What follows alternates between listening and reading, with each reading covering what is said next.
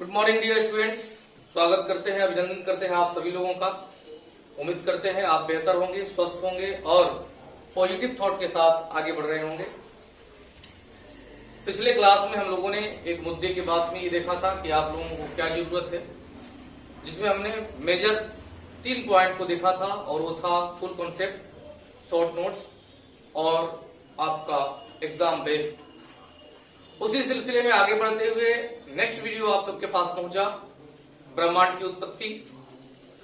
उन्हीं 3 पॉइंट को ध्यान में रख करके और हमने सारे क्लास को आगे बढ़ाएंगे। तो आज का जो ये क्लास है वो हम लोग सौरमंडल पर बात करेंगे। सौरमंडल पर उन्हीं चीजों पर बात होगा जो आपको कॉन्सेप्ट में थोड़ा कंफ्यूजन होता है, उसको क्लियर करेंगे। दूसरी चीजें होंगी कि आपके एग्जाम में किस प्रकार से क्वेश्चन पूछे जाते हैं, अब उसके अनुसार जो है कि हम लोग चर्चा करेंगे। और इसमें और भी चीजें जो होंगी करंट अपडेट, उसकी हम लोग बात करेंगे। मेरे सभी आदर्श विद्यार्थी, जैसा कि हमने ब्रह्मांड की उत्पत्ति में आपको बताया था कि जॉर्ज लेमेंटेयर बेल्जियम के खगोलविद थे। उन्होंने पूरी तरह से बिग बैंग थ्योरी, महाविस्फोटक सिद्धांत के आधार पर ब्रह्मांड की उत्पत्ति का बात बताया था। उसके बाद उन्हीं के सिद्धांत को ऑथेंटिक मान करके और आगे बढ़ाया गया।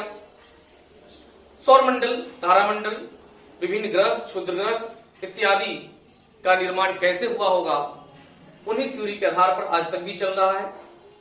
लेकिन कुछ चीजें जो ऐसी हैं जो हम लोग आज एक्स्ट्रा देखेंगे सौरमंडल में, हालांकि आप उसको करंट अपडेट के तौर पर देखिएगा। तो आइए हम लोग देखते हैं सौरमंडल। तो आप लोग के सामने एक टॉपिक का नाम है सौरमंडल, सोलर सिस्टम। और आप सामने में देख रहे होंगे कि सोलर सिस्टम में हमने विभिन्न जो फिगर्स बनाए हैं उससे आप भली भांति परिचित होंगे। तो सोलर सिस्टम में सबसे पहला बात, क्वेश्चन जो पूछने की बात आती है कि सौरमंडल में निम्न में कौन शामिल होता है या नहीं होता है। एग्जाम के जो क्वेश्चन होते हैं उसको बहुत केयरफुली तरीके से पढ़ना चाहिए कि वो क्या पूछ रहा है। तो मेरे सभी आदर्श विद्यार्थी, आपको हम बता दें कि सोलर सिस्टम में, सौरमंडल में सूर्य, विभिन्न ग्रह, उपग्रह, क्षुद्र ग्रह, धूमकेतु इत्यादि जो है कि शामिल होते हैं। इसके अलावे अगर अन्य कोई तारा का नाम दे दे, जैसे नेबुला दे दे, तो ये सारी चीजें नहीं होंगी। या अंतरिक्ष का कोई जो है कि पार्ट दे दे, ये सौरमंडल का भाग नहीं होता है। सूर्य, ग्रह के विभिन्न उपग्रह, ये जो है कि सारे सौरमंडल के भाग होते हैं। उसके बाद हमने आपको पिछले वीडियो में बताया था कि कैसे सूर्य का और विभिन्न ग्रहों का निर्माण हुआ था, ग्रह बनने के क्रम में कैसे उपग्रह बने थे। अब यहां पर हम लोग देखेंगे कि सूर्य से लेकर के और आगे आपको 8 ग्रह दिखाई दे रहे होंगे। 8 का नाम अलग अलग है। जैसा कि आप लोग को बता दें, आप भी ये जानते होंगे कि वर्ष 2006 में चेक गणराज्य की राजधानी प्राग में 15 अगस्त से लेकर के 24 अगस्त तक सम्मेलन हुआ, जिसमें लगभग 75 देशों के 2500 महान और जो है कि जानकार भौगोलविद शामिल हुए। उन्होंने सौरमंडल के जितने भी ग्रह हैं उनके लिए एक अलग जो है कि परिभाषा बताया, उनके जो है कि एक्टिविटीज के बारे में बताया। हालांकि वर्ष 2006 में सभी देशों के स्पेस एजेंसियां इसको मानने के लिए तैयार हो गई थी कि जो इस सम्मेलन में किया जा रहा है वो सही है, लेकिन अमेरिका की स्पेस एजेंसी नासा ने इसको अपमानजनक बताया था और कहा था कि ये प्रकृति का अपमान है। एनीवे, आपको क्वेश्चन में ये भी पूछ सकता है कि यह 2006 का जो सम्मेलन था वो जो है कि जो नाम देगा प्राग सम्मेलन, वो टाइम ड्यूरेशन भी पूछ सकता है और हो सकता है कि आपका देश से भी रिलेटेड बातें पूछ सकता है। लेकिन अगर पीछे की बात किया जाए तो जर्मनी के रहने वाले केपलर साहब ने ग्रहों के चक्कर लगाने का जो नियम दिया, ग्रहों का नियम 1600 ईस्वी में, उसी के आधार पर इसको जो है कि जाना जाता है। तो हम लोग यहाँ पर देखते हैं कि प्राग सम्मेलन 2006 के बाद सौर मंडल का क्या संरचना है। तो सूर्य से लेकर के और आपके जो 8 ग्रह हैं, यहाँ पर जो है कि शॉर्ट में हम लिखे हुए हैं, ये मरकरी है जिसको हम लोग हिंदी में बुध कहते हैं। उसके बाद आपका वेनस होगा, इसको जो है कि शुक्र कहा जाता है। उसके बाद अर्थ है पृथ्वी, जिसमें हमने आपको विषुवत रेखा, कर्क रेखा और मकर रेखा के बारे में चर्चा किए हैं। और आपका ये मार्स है जिसको हम लोग मंगल के नाम से जानते हैं। इंग्लिश में भी यानी जो मार्स है, मार्स को हिंदी में भी लिख करके क्वेश्चन आजकल पूछे जाते हैं, जिसके कारण थोड़ी सी परेशानी बढ़ जाती है। ये जुपिटर है आपका, जुपिटर को हम लोग बृहस्पति कहते हैं। और ये आपका सैटर्न है, इससे सैटर्न शनि हो गया। यू से यूरेनस, यूरेनस का नाम अरुण हो गया। एन से नेपच्यून, यह वरुण हो गया।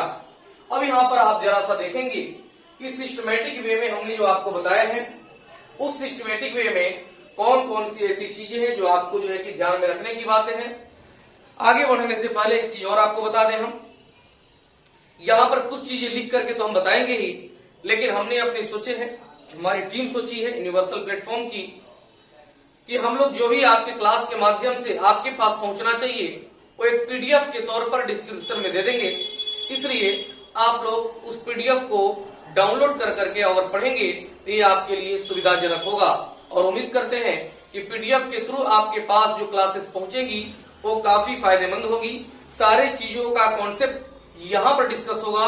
एग्जाम बेस्ड क्वेश्चन कैसे पूछे जाते हैं वो यहाँ पर डिस्कस होगा, लेकिन शॉर्ट नोट्स आपके पास पहुंचे इसका यहाँ के अलावा यानी बोर्ड पर बताने के अलावा आपके पास पीडीएफ के माध्यम से पहुंचेगा। ये मुझे लग रहा है कि शायद ये चीजें आपके पास पहुंचेगी तो आपको भी लगेगा कि नहीं हम लोगों को फायदे की बात हो रही है।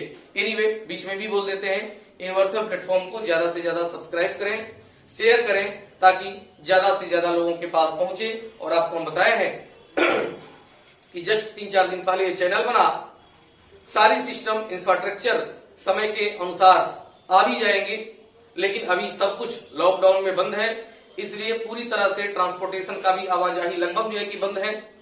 तो हम लोगों ने सोचा कि अभी व्हाइट बोर्ड पर ही आप लोग का क्लास चला रहे हैं, उसके बाद जैसे ही सुविधाएं बढ़ेंगी आप लोग इत्मीनान से क्लास करिए। किसी के बहकावे में नहीं आना है कि आप क्या पढ़ाई करोगे, एग्जाम नहीं होगा, कोरोना काल है, 2 साल 3 साल लेट, ऐसा कुछ भी नहीं होगा। जितना दिन तक चल रहा है, जितनी तेजी से आगे बढ़ रहा है, क्योंकि मुझे लगता है कि हर जगह न्यूटन थर्ड लॉ अप्लाई होता है, इसलिए जितनी तीव्र गति से कोरोना के जो है कि केस बढ़ रहे हैं, मुझे लग रहा है कि आने वाले समय में, क्योंकि हम पहले बता देते हैं हम डॉक्टर नहीं हैं, हम जो है कि साइंटिस्ट नहीं हैं, हम किसी प्रकार की जो है कि बहुत पढ़े लिखे आईआईटीएन नहीं है, लेकिन ऐसा लगता है मुझे कि जिस प्रकार से कोरोना केस ऊपर बढ़ा है ठीक उसी प्रकार से कोरोना केस नीचे भी आएगा, क्योंकि रिकवरी रेट भी, पॉजिटिविटी रेट जो आगे बढ़ रहा है उसके अनुसार रिकवरी रेट भी नीचे जाएगा। तो हम लोग को थोड़ा सा बस और वेट कर लेना है, क्योंकि आप जितने टेंशन में होंगे उससे ज्यादा हम लोग टेंशन और स्ट्रेस में रहते हैं, क्योंकि आप अपने घर पर रह करके पढ़ाई कर रहे हैं, लेकिन जो टीम की इंफ्रास्ट्रक्चर है, लोग हैं, उनको जो है कि किस प्रकार से रखना है, भाई सबका जो है कि खाना पीना भी चलना चाहिए, इसलिए सबके पास परेशानी है। एनीवे, हम लोग यहाँ पर आते हैं। तो मेरे सभी आदर्श विद्यार्थी, जरा सा आप लोग ये देखेंगे, हमने बुध के बारे में चर्चा की, तो सूर्य से जो बुध का निर्माण हुआ उसमें उपग्रह एक भी नहीं है, अर्थात बुध के एक भी उपग्रह नहीं है। उसी प्रकार से आगे जब बढ़ेंगे तो सूर्य के बाद यानी बुध के बाद दूसरा जो ग्रह है उसका नाम शुक्र है, और शुक्र का भी एक भी उपग्रह नहीं है। लेकिन शुक्र के बारे में जानने के लिए आपको बता दें, शुक्र जो है कि एक ऐसा ग्रह है, यहाँ पर 8 ग्रह में 2 ग्रह ऐसे हैं जो एंटी क्लॉक न चल करके क्लॉकवाइज जो है कि अपना गति करते हैं।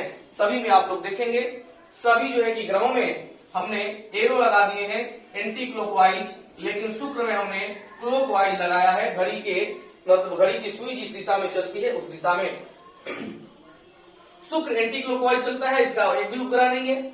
उसके बाद जानने के लिए आप भी जानकार रहेंगे, भोर का तारा, सांझ का तारा, सबसे जो है कि गर्म ग्रह, ये सारी चीजें जो है कि यहाँ पर मेंशन हो जाती हैं, जो आपको डिस्क्रिप्शन में पीडीएफ के माध्यम से आपके पास हम पहुंचा देंगे।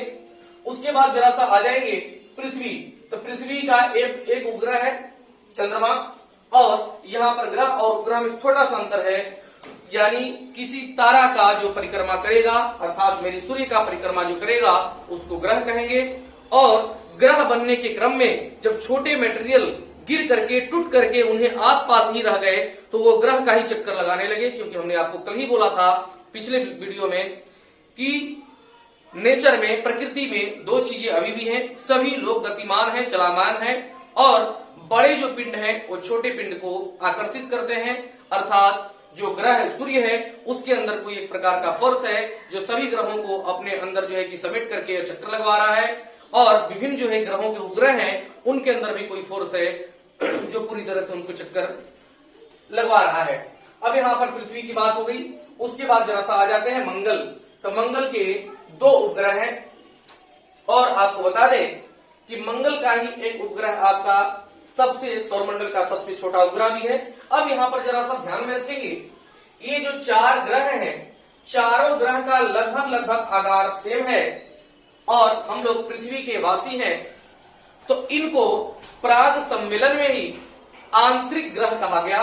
तो यहाँ पर आप लोग देखेंगे, यानी बुध से लेकर के और मंगल तक के जो ग्रह हुए उनको आंतरिक ग्रह कहा गया, इनर प्लेनेट कहा गया इंग्लिश में। और इनके बारे में दो चीजें जानेंगे आप जो एग्जाम में पूछ सकता है, वो ये है कि जितने भी 4 जो ग्रह आंतरिक ग्रह हैं इनका आकार छोटा है लेकिन घनत्व अधिक है। घनत्व अधिक इसलिए है क्योंकि इनका उत्पत्ति या इनका जो निर्माण हुआ है वो ठोस से हुआ है लगभग, ये ध्यान रखेंगे। आंतरिक ग्रह का जो निर्माण हुआ है वो ठोस पदार्थ से हुआ है, इसलिए आकार छोटा होने के बाद भी इनका घनत्व अधिक है। प्राग सम्मेलन में ही आंतरिक ग्रह जो हैं अर्थात बुध, शुक्र, पृथ्वी और मंगल, इन चारों ग्रह को पृथ्वी तुल्य ग्रह कहा गया। मेरे आदर्श विद्यार्थी, क्या कहा गया? पृथ्वी तुल्य ग्रह। तो मुझे लग रहा है कि इस चीजों को आप लोग को जरूर जानना चाहिए। ये अगर एग्जाम में पूछ दे कि निम्न में से कौन पृथ्वी तुल्य ग्रह नहीं है और उसमें यूरेनस या नेपच्यून का नाम दे दे, अर्थात अरुण या वरुण का नाम दे दे, तो वो पृथ्वी तुल्य नहीं होंगे। पृथ्वी तुल्य ग्रह कौन होगा? बुध होगा, शुक्र होगा, पृथ्वी होगा और मंगल होगा। ये इसलिए जो है कि इनर किया गया और आउटर किया गया क्योंकि इसका एक पॉइंट शायद प्राग सम्मेलन में ये भी चर्चा हुआ होगा। एक कई बार एग्जाम में पूछा हुआ है कि क्षुद्र ग्रह किन 2 ग्रहों के बीच है? तो मंगल ग्रह के बाद और बृहस्पति के पहले, यानी मंगल और बृहस्पति, मार्स एंड जुपिटर के बीच क्षुद्र ग्रह हैं जो लाखों की संख्या में गति करते रहते हैं। इसमें से कुछ ऐसे जो है कि क्षुद्र ग्रह हैं जो प्लूटो से भी बड़े थे, इसलिए प्लूटो को भी उठा करके और आपका बौने ग्रह में रख दिया गया। उसी में से क्षुद्र ग्रह में एक सीरस है जो प्लूटो के समान है, उस सीरस को भी बौने ग्रह में रखा गया। अब यहाँ पर ये आंतरिक ग्रह का चर्चा हम लोग किए थे। इसके बाद जरा सा आ जाते हैं हम लोग आउटर जो है कि प्लेनेट में, बाह्य ग्रह में। अब यहाँ पर जरा सा आप देखेंगे, यहाँ पर जब हम बृहस्पति और शनि का चर्चा करेंगे तो बहुत सारे ऐसे विद्वान लोग होंगे जो इसको काट देंगे कि सर आप इनके ग्रह को गलत बता रहे हैं। इसलिए इसका चर्चा हम पहले ही कर देते हैं, क्योंकि अक्टूबर 2019 से पहले बृहस्पति का सबसे ज्यादा उपग्रह था और वह था 67। ध्यान रखेंगे मेरे बात को, अक्टूबर 2019 से पहले जो है कि सबसे ज्यादा उपग्रह किसका था? बृहस्पति का था, वो था कितना? 67। लेकिन अक्टूबर 2019 के बाद सबसे ज्यादा उपग्रह शनि का हो गया है, क्योंकि बृहस्पति और शनि के उपग्रह में अंतर है। जरा सा बता देते हैं, ये दोनों का कंपैरिजन पहले सुन लीजिए आप। बृहस्पति का जो उपग्रह पहले था वो कितना था? 67। वर्तमान में कितना है? 79 यानी 79। पहले शनि का जो है कि उपग्रह कितना था, यानी अक्टूबर 2019 से पहले वो था 62, वर्तमान में कितना है? 82। तो आप अक्टूबर 2019 से पहले अगर कंपैरिजन करेंगे मेरे आदर्श विद्यार्थी, तो सबसे ज्यादा उपग्रह बृहस्पति का था, लेकिन करंट अपडेट ये मेरा जो है कि एक अवधारणा रहता है, कॉन्सेप्ट रहता है कि आपको हर जो है कि सब्जेक्ट में करंट से अपडेट रखा जाए, नहीं तो पुराने तौर तरीके तो बहुत सारे बुक्स और किताब में भी रखे हुए हैं, इसलिए करंट अपडेट आप जरूर रहें। तो वर्तमान में बृहस्पति का हो गया है, शनि का हो गया है 82 और बृहस्पति का हो गया है 79। इसलिए आपको याद रखना है, अगर करंट अपडेट में क्वेश्चन पूछे कि निम्न में से किस ग्रह का सबसे ज्यादा उपग्रह है, तो आप के बाद याद रखेंगे, यानी अक्टूबर 2019 के बाद सबसे ज्यादा उपग्रह शनि का हो गया है। और शनि के जो है कि आसपास, हालांकि अभी हम जो है कि जुपिटर के बारे में बात कर रहे हैं, तो सौर मंडल का सबसे बड़ा उपग्रह जो है वो आपका कौन है? जुपिटर है, बृहस्पति है, इसके बाद आपका जो है कि आ जाता है शनि।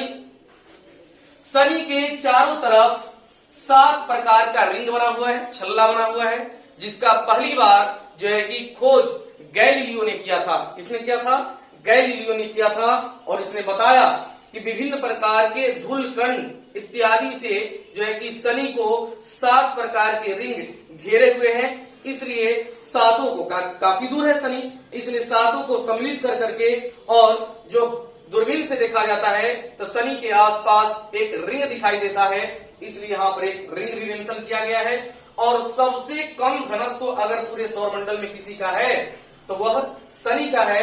आप ऐसे कह सकते हैं कि शनि को अगर उठा करके और समुद्र में डाल दिया जाए, पानी में डाल दिया जाए, एक मतलब एग्जाम्पल दे रहे हैं, तो ये शनि तैरने लगेगा। यानी सबसे ज्यादा गैसीय पदार्थ से बना हुआ जो ग्रह है वह शनि है, इसको भी आप ध्यान में रखेंगे। इसके बाद एक चीज और बता दें आपको, पूरे सौरमंडल में एकमात्र शनि ऐसा ग्रह है जिसका उपग्रह का नाम है टाइटन। उपग्रह का नाम है टाइटन, और पूरे सौरमंडल में एकमात्र ऐसा उपग्रह टाइटन है जिसका अपना वायुमंडल है, अर्थात किसी का अपना वायुमंडल नहीं है। इसलिए इनको भी ध्यान में रखिए। ये सारी चीजें हम आपको पीडीएफ के माध्यम से भी आपके पास पहुंचाएंगे, लेकिन वहां पर पुराने वाले चीजें में यहाँ पर पुराना चीज मेंशन किया होगा, उसको थोड़ा सा आप सुधार लेंगे। अगला आइए आप यूरेनस, जिसको हम शुक्र की बात करेंगे। शुक्र जो है कि अरुण जो है यूरेनस, वो शुक्र के ही भांति क्लॉकवाइज चलता है, और इसके जो है कि 27 उपग्रह हैं। उसके बाद जो है कि आपका वरुण है, जिसको इंग्लिश में नेपच्यून कहते हैं, इसका जो है कि 13 उपग्रह है। तो पूरे सौरमंडल में एक शुक्र और दूसरा अरुण हुआ जो क्लॉकवाइज जो है कि चलते हैं, बाकी सभी एंटी क्लॉकवाइज चलते हैं। अब यहाँ पर हमने क्षुद्र ग्रह से पहले को आंतरिक ग्रह कहा था, जिसमें बुध, शुक्र, पृथ्वी और मंगल था। इसको पृथ्वी तुल्य ग्रह कहा गया। लेकिन आगे का अगर बात करेंगे तो उसमें बृहस्पति, शनि, अरुण और वरुण यानी 4 ग्रह इसमें भी हैं, जिसको बाह्य ग्रह कहा गया और आउटर प्लेनेट कहा गया। और इनका आकार बड़ा है लेकिन घनत्व कम है, जैसा कि आप यहाँ पर देख सकते हैं। आकार छोटा, घनत्व अधिक। कारण था इसका जो निर्माण हुआ है, उत्पत्ति नहीं, निर्माण यहाँ पर जो बेहतर शब्द होगा, निर्माण ठोस शब्द से हुआ था, जबकि यहाँ पर अगर बात करेंगे तो यहाँ पर निर्माण गैसीय पदार्थ से हुआ है। और सबसे ज्यादा गैसीय पदार्थ से जो है कि बना हुआ ग्रह है वो है आपका शनि। जिस प्रकार से यहाँ पर पृथ्वी जो है ये सबसे बड़ी है, इधर इसको पृथ्वी तुल्य ग्रह कहा गया, जबकि अगर इधर 4 की बात करेंगे इसको बृहस्पति तुल्य ग्रह कहा गया। बृहस्पति तुल्य ग्रह कहा गया। फिर उसी प्रकार से हो सकता है कि क्वेश्चन आपसे पूछे कि निम्न में से कौन बृहस्पति तुल्य ग्रह नहीं है, और इसमें से 4 ऑप्शन में से एक दे दे, तो आप उसको जो है कि ध्यान से रखेंगे। तो ये आपका जो है कि 20, तो यहां पर ध्यान में रखेंगे। उसके बाद छोटा सा आकार के आधार पर अगर हम बात करें तो आकार के आधार पर अगर बात करें तो सबसे पहले आपका, हम बोलते जाते हैं, इंग्लिश में लिख देते हैं शॉर्ट में, सबसे बड़ा जो है कि सौरमंडल का ग्रह है जुपिटर, जिसको बृहस्पति कहते हैं। उसके बाद दूसरा है आपका सैटर्न, जिसको शनि कहते हैं। तीसरा है आपका यूरेनस, जिसे अरुण कहते हैं। चौथा है आपका नेपच्यून, जिसे हम लोग वरुण कहते हैं। पांचवा है अपना पृथ्वी, इसलिए प से पृथ्वी, प से पांचवा याद रखिएगा स्थान पर है। उसके बाद आपका रहेगा शुक्र, वेनस, उसके बाद जो है कि मार्स, उसके बाद जो है कि आपका मरकरी। ये आपके आकार के आधार पर हो गए। ये सौर मंडल का लेक्चर था। उम्मीद करते हैं कि आप इससे कुछ नई चीजें सीखे होंगे और डिस्क्रिप्शन के माध्यम से आपको जब पीडीएफ पहुंचेगा तो आप डाउनलोड करके उसको जो है कि तैयार रखिएगा। आज के क्लास को अच्छे से समझिएगा और कुछ नया चीज इसमें बताए हैं जो शायद आपके नोट्स में नहीं होगा, उसको आप जरूर नोट करिएगा। एक बार जाते जाते आपको बोल दें हम कि क्लास कंटिन्यू इस पर जो है कि चलते रहेगा और आपके पास पहुंचते रहेगा ताकि आप घर बैठे भी आप अपना क्लास कर सकें। बाकी डिटेल्स के लिए जो हमारे विद्यार्थी हैं वो विकास सर को कॉल करेंगे और आपको ग्रुप के माध्यम से नोटिफिकेशन चलते जाएगा। आप ज्यादा से ज्यादा सब्सक्राइब करेंगे तो 1000 सब्सक्राइबर जब हो जाएंगे तो हम लोग लाइव क्लास करेंगे, जिसके माध्यम से आप हमसे प्रश्न भी पूछ सकते हैं। हालांकि आपको किसी भी प्रकार का अगर डाउट होगा तो कमेंट बॉक्स में आप जरूर लिखिए, क्योंकि उम्मीद करते हैं कि आप जरूर इसको जो है कि देख करके और अच्छे से बैठ करके नोट्स बनाते होंगे। मिलते हैं अगले वीडियो में, तब तक के लिए धन्यवाद। सुरक्षित रहें, स्वस्थ रहें और धैर्य के साथ क्लास करते रहें।